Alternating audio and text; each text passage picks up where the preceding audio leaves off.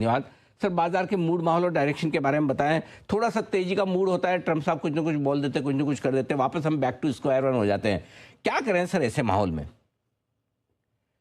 Good morning Anil ji, thank you ji मुझे sir. अपने show पे बुलाने के लिए। आप जो कह रहे हैं वो एकदम सही है। फंडामेंटली यदि हम देखने जाएं तो हर जगह पॉजिटिव डेटा पॉइंट नजर आ रहे हैं। क्रेडिट ग्रोथ का डेटा जो लास्ट वीक सामने आया, आपने देखा होगा, लगभग 18% की क्रेडिट ग्रोथ जो है जून 2026 क्वार्टर में सॉर्ट ऑफ नजर आई है, जो कि आज आप देखेंगे लास्ट ईयर ऑलमोस्ट 9% के आसपास थी। तो क्रेडिट में आपको चढ़ाव दिख रहा है। एमएससीआई इंडिया के ग्रोथ एस्टिमेट्स भी रफली आई थिंक प्रॉफिट्स 14-15% के आसपास हैं। वहां पे कोई ऐसा कंसर्न नजर नहीं आ रहा है।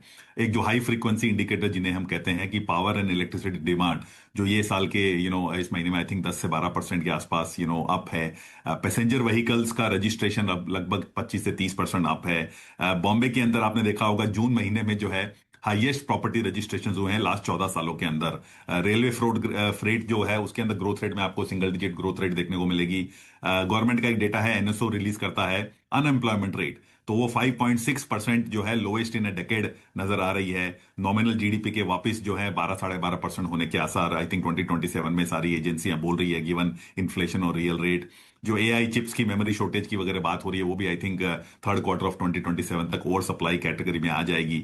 तो कहीं पे भी ऐसा नजर नहीं आ रहा है कि भाई जो इकोनॉमी में है कुछ दबाव है, इकोनॉमी में कुछ कंसर्न है। वो अलग बात है। देखिए, एक्सटर्नल फैक्टर्स जो हमारे कंट्रोल में नहीं है, चाहे वो टैरिफ हो, चाहे वो ट्रम्प हो, चाहे वो ऑयल हो, चाहे वॉर हो, उसकी वजह से मार्केट में थोड़ा सेंटीमेंट वीक है। बट फंडामेंटली ऐसा कोई कंसर्न कहीं नजर नहीं आ रहा है।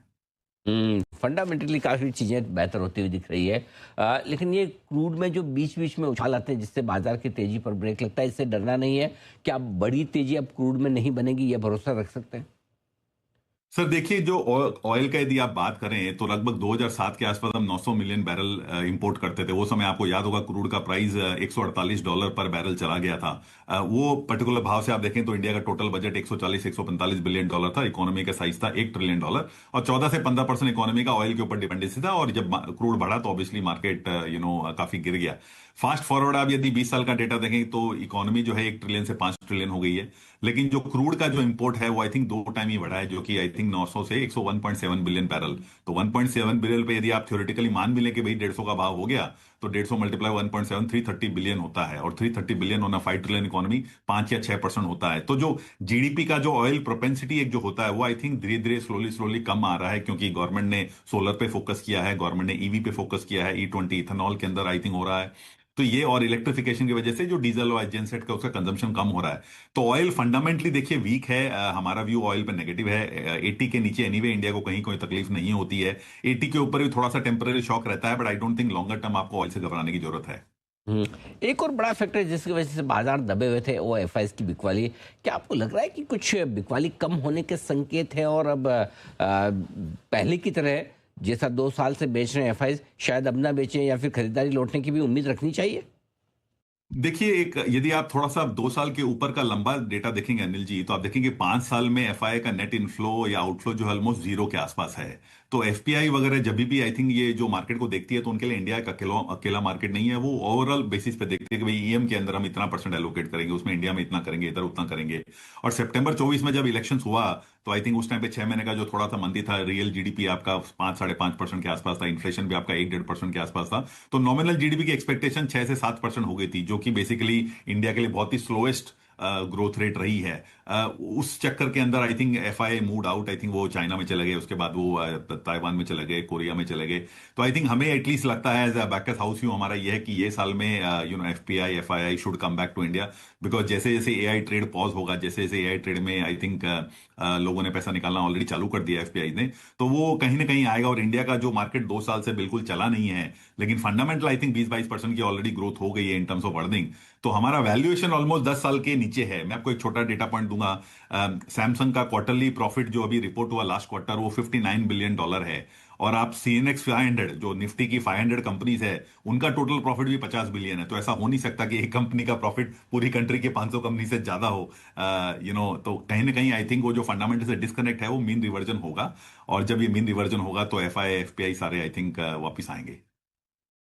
का पूरा एक्शन आपके लिए एफआईएस की तरफ से आता हो। अब आइए सर, नतीजों पर करते हैं फोकस, और स्पेशली आईटी कंपनियों के 3 दिग्गज कंपनियों के नतीजे अब तक आ चुके हैं और टॉक ऑफ द टाउन भी है। या तो लोग बहुत पसंद करते हैं आईटी को या बिल्कुल नापसंद।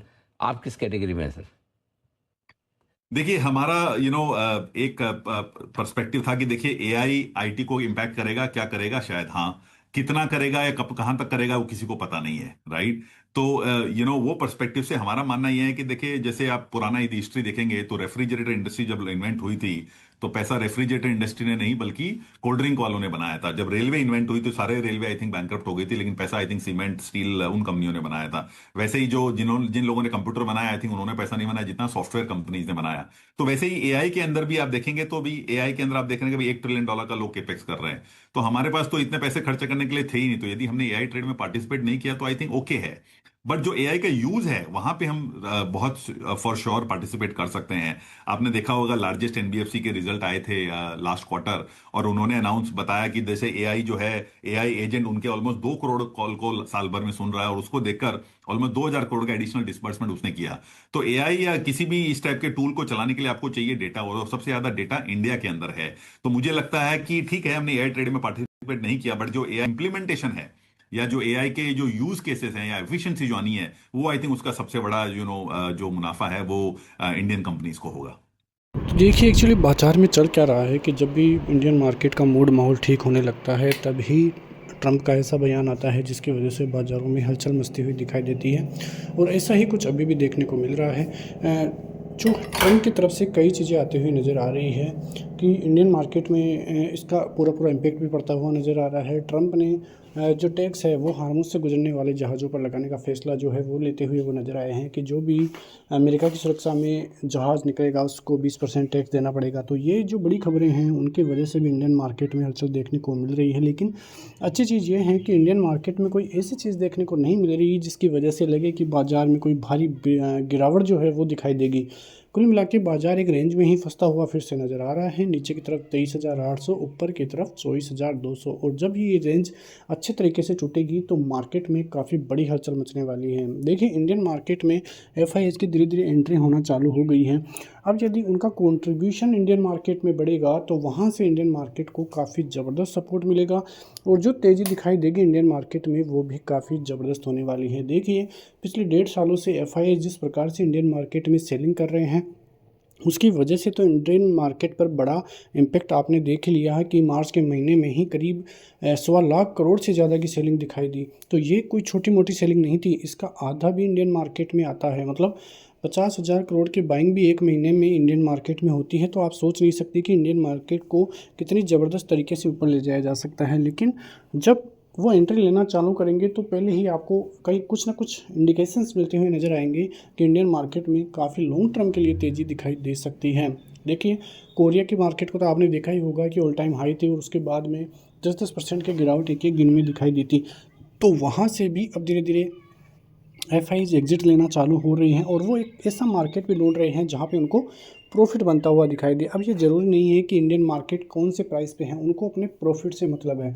यदि इंडियन मार्केट के प्राइसेस 30,000 पे भी रहते और एफआईज अपनी एंट्री लेना चालू करते तो भी कोई वो चीज़ नहीं थी कि वैल्यूएशंस के हिसाब से हम निफ्टी को देख सके या इंडियन मार्केट को देख सके। देखिए वैल्यूएशंस कुछ भी हो, एफआईज अपना प्रॉफिट देखेंगे, उनको कुछ मतलब नहीं है कि मार्केट किधर है। तो आप तैयारी कीजिए, कई चीज़ों में एफआईज की एंट्री होना चालू हो गई है और धीरे धीरे यदि और एंट्री एफआईज लेना चालू करते हैं और उनकी एंट्री बड़ी होती है तो वो इंडियन मार्केट के लिए एक ट्रिगर पॉइंट साबित हो सकता है। फिलहाल बाजार 24,000 के लगभग आपको दिखाई दे जाएगा। 24,050 जो कि एक सपोर्ट जोन भी था वो टूटता हुआ तो नज़र आया था, लेकिन 24,000 का जो सपोर्ट जोन है वो काफ़ी अच्छा अभी भी देखने को मिल रहा है।